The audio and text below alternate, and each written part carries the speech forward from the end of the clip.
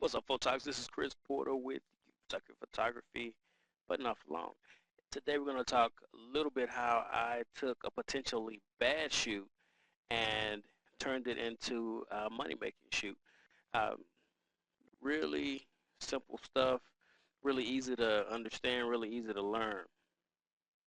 Now I know on a normal basis, I like to shoot the models. I like, pretty girls, this and that. Today we're going to go total opposite of that,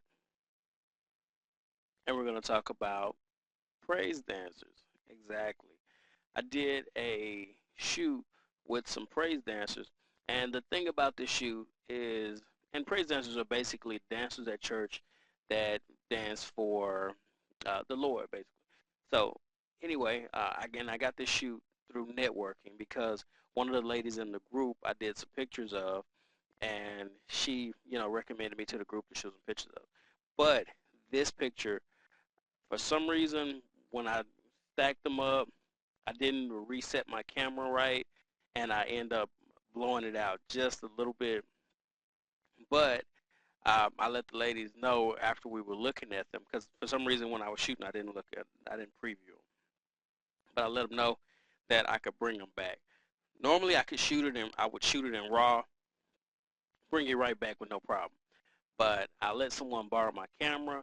They had it in JPEG, and I didn't realize it, so this was shot in JPEG. Anyway, long story short, um, I end up shooting this picture, and then I'm gonna show you what I did in Lightroom. First, I took the photo, darkened it up just a little bit in Lightroom. Actually, that's the whole finished product. I darkened the photo up a little bit in Lightroom, and then after that, um, I went in and changed a couple of elements right here. As you can see, I added the fountain in, um, as well as I took her arm and changed it, and her whole body actually. If you look at the previous picture to this, which is right there, when I talked to the ladies, they said, well, they didn't like the fact that it looked unbalanced from here to here, like her arm wasn't extended like hers. So I was like, no problem. I went in, found the previous picture with her, found her where her arm was out. Voila. Nice balanced arm, found in, she's happy. I went in Photoshop and used shadow highlights or highlight shadow, I can't remember which one. And I brought them back a little bit, as well as you can see how blue this is, and I'm just like, that was kind of bothering me. So I went in and made a slight change to that.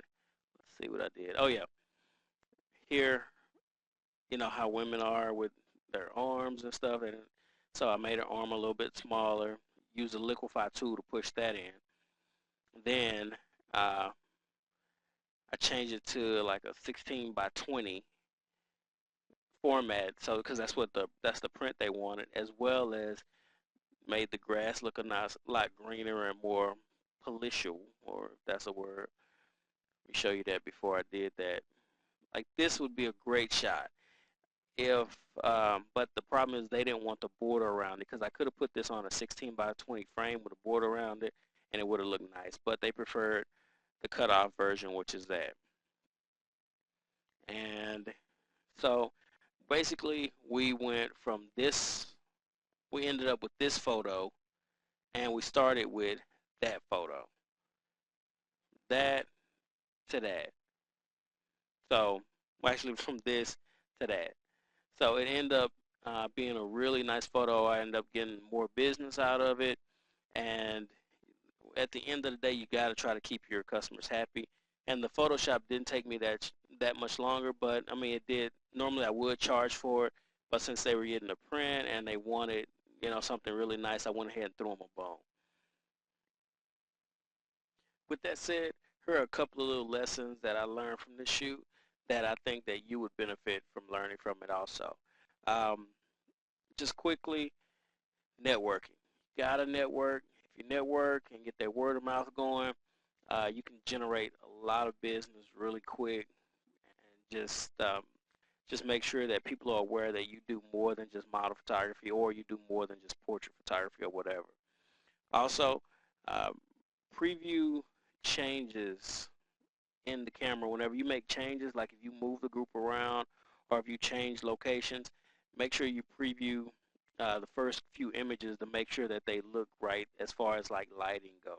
That way you can make changes, after you take a couple of shots and it doesn't look right, boost the f-stop up or lower the shutter speed down or whatever.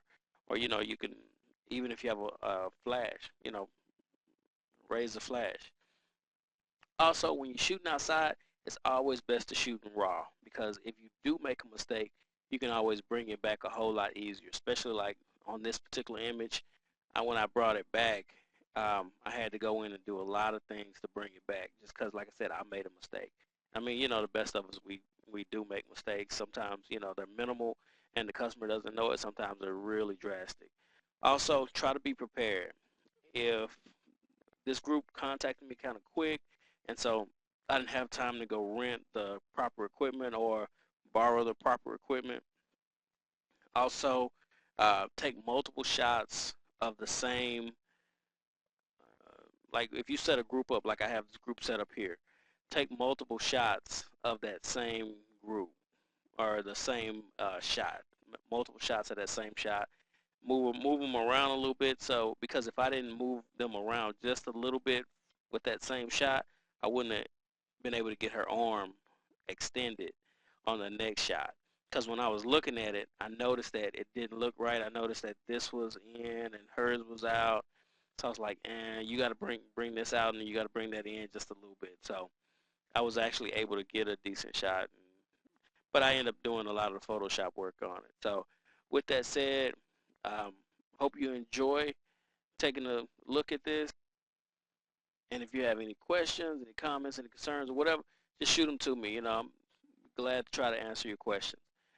And make sure you go to You Suck at Photography, sign up for my free videos. Look forward to seeing you in the future. Thanks a lot.